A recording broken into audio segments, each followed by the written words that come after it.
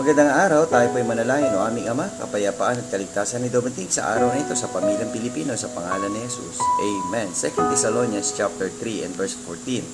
And if any man obey not our word by this epistle, note that man, and have no company with him, that he may be ashamed. Well, ito po yung sinasabi ni Apostle Paul sa kanila na ang mga taong hindi tumatalima sa mga salita at aral mula kay Kristo, magkaroon tayo ng yung tao na yan, itandaan natin.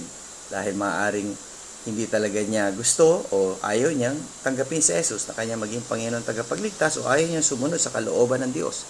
Kaya mag-iingat tayo, baka maging dahilan pa yan para ma-discourage tayo.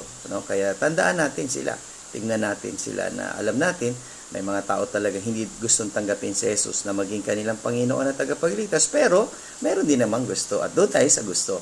Kaya kung sino mang gustong tanggapin si Jesucristo sa araw na ito, kaibigan, tanggapin mo na si Jesus na maging iyong Panginoon at tagapagligtas para din sa iyong kabutihan at ikabubuti at sumunod sa kanyang kalooban at tumalikod na sa kasalanan. See you again tomorrow sa Restore Family Prayer and Exhortation.